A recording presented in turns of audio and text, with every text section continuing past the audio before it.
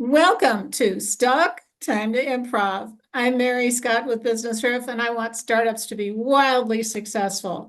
Today, our very special guest is an author of a new book called The Green Choice. Shaun Hayes is going to talk to us about, is it a good risk or a bad decision? Thanks for coming, Shaun. Oh, Mary, thank you for having me. Since I was on last time, I don't miss an episode. I really appreciate what you do for all of us in the entrepreneurial community in the St. Louis area. And I'm honored to be on your show once again.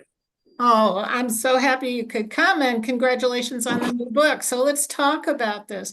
How do startups particularly evaluate whether something is a really good risk, even if it seems dangerous, or it's a really bad decision? In the book, I talk about how that most businesses are started by men and women who have worked in an industry and have an idea that they can do something better.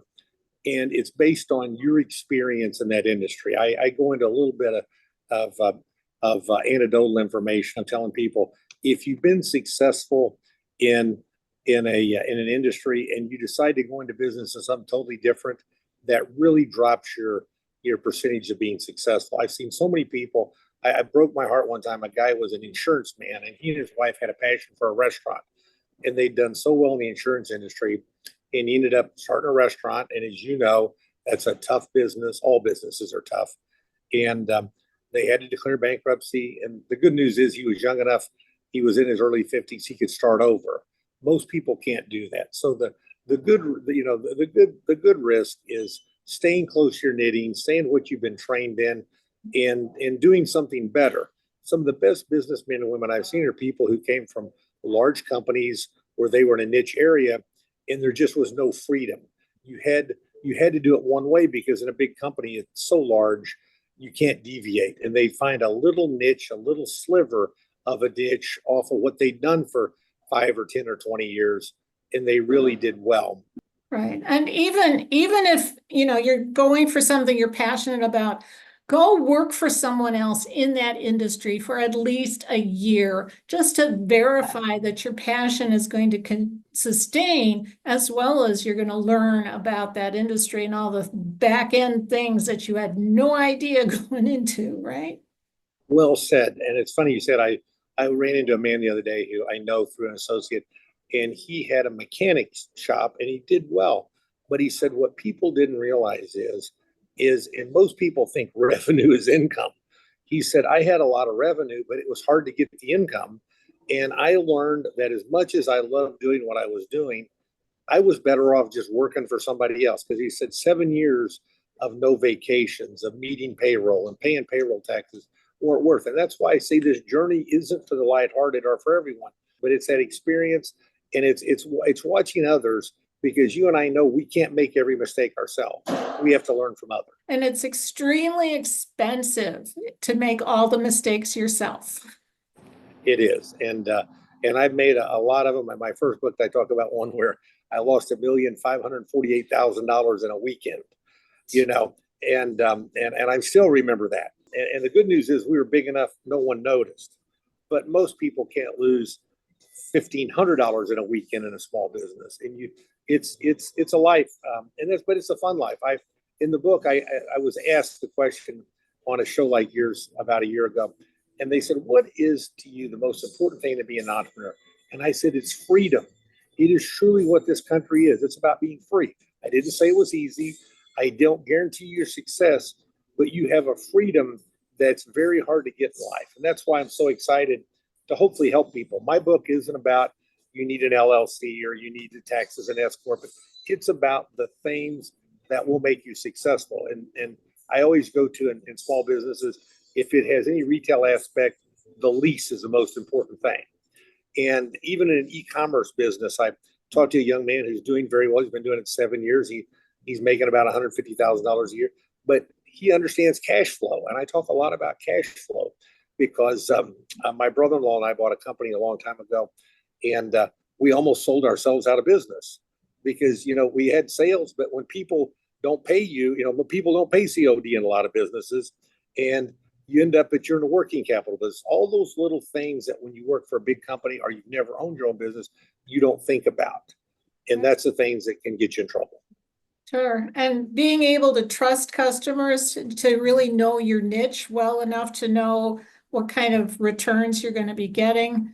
And understanding when you've got partners and people that you're working with, you need to know what the parameters are for trusting them. You need to be able to put things in writing. The Yep. handshake isn't good enough anymore. And just because someone's been a really good friend doesn't necessarily mean they're a good business partner.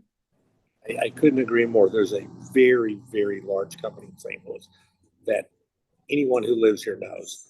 And they started probably 40 years ago. And about 35 years ago, their accountant came to me, and there were three partners, and one of the partners stole a lot of money. And we were one of the institutions that helped them weather that storm. And now they do billions of dollars in sales.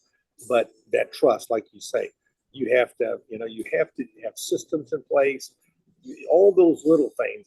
I talked to a guy the other day, and he has a company in town, a good size, and his controller had stolen $7 million over the last 7 years. And it's because, Marion, you know this, he didn't have dual control, and he was big enough to have that.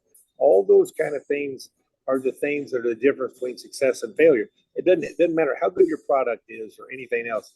You have to have the systems. The good news is with technology, it's a lot less costly and a lot easier to obtain than it had been in the past. Sure. And those systems are checks and balances to make sure that if something's going in, it's verified that it's there. And if something's going out, you've got receipts and you've got paper trail for everything. Yes. Even if it's a digital paper trail. Yes. Actually, that's easier because you can look it up. But the most important thing, and I know you know this and your listeners too, it's about the customer. I tell her about that. I spoke at an event last year, and the guy who spoke before me was unbelievable. And he consults tech companies. And he gave this story. He said, I was at Microsoft so many months ago, and they spent the whole day asking me about Apple. He said, a few weeks ago, I was at Apple. They didn't mention Microsoft. They said, what about this customer? What does that customer want? And if you take good care of your customers, you're going to be successful. And that's the difference. You can't worry about your competition. I used to do business with a company in town that was owned by an heir, and he'd been in business 32 years and he'd lost $34 million. I'd never seen a company with that big a deficit at work, but it didn't matter.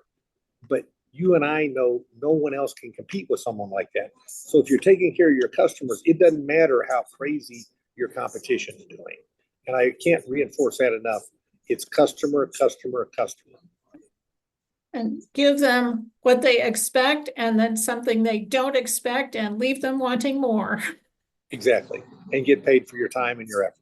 And get paid. And how many people start a business and they don't really value their time, and they don't charge appropriately because they're afraid, we all are when we start out, that we're not going to get another customer, and that you have to have a little bit of price boldness in what you do. I didn't say gouging, I said boldness, because the people you do business with want you to be there if you're doing a good job. Like you say, if you leave them wanting more, they want that more. And good people expect to pay for it. Right. And I tell particularly women going into business, they're always undervaluing themselves. So I suggest, what do you think you should charge for this? Now double it.